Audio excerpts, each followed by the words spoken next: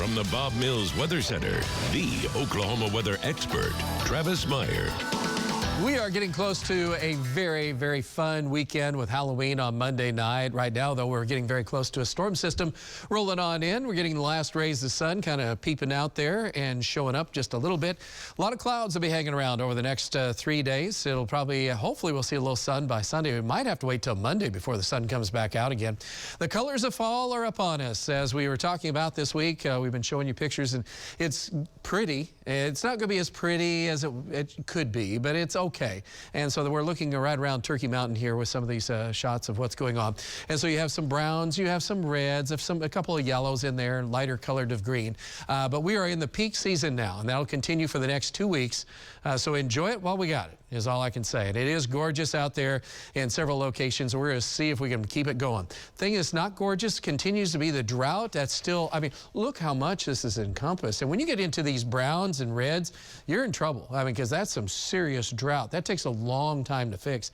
And notice the Rocky Mountains are not in that because they've had rain and thunderstorms during the summer into the fall. So it's pretty unique to see that happen. Usually we're talking forest fires, but that isn't the case. So what's happening in Oklahoma? Well, there was a little bit of improvement in southwest Oklahoma. And then along the eastern portions of our viewing areas where we saw the biggest dramatic drop off. And so that's good, still bad, but it's good. And we do have additional chances of rain. But right now, we're still dealing with areas from Tulsa to the north into southeastern Kansas where we need a lot of water. We talked about anywhere from 7 to 12 inches of rain to basically get us up to where we need. And it can't be all at once because it'll all wash down the river, which will go into the Arkansas and into the Mississippi, and then the barges can travel. So maybe that's good news. But anyway, as far as we're concerned, still areas south of us not doing so well. But the east side, you guys, obviously a lot better with some 3 to 5 inch rains that you had. So that rain did help, and we talked about 30 days, and most of that happened with our last storm system coming in. So we're hoping for additional rain, but at this point, it's very dry air. So there isn't a whole lot of moisture potential as we're looking at most of the heavier rains will be south. We're sitting at 64 degrees right now. The dew point's at 40, which is pretty low and dry for a southeast wind, but for this time of year, it's not too bad.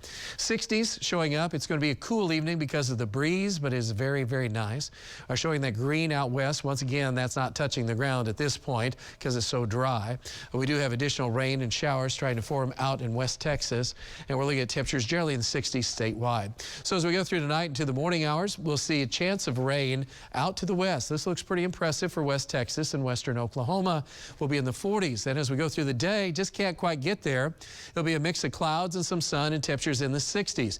Again, high school football games down to the south will have a chance of some rain, but for the most part, we're talking about temperatures that'll be generally in the 40s by Saturday morning.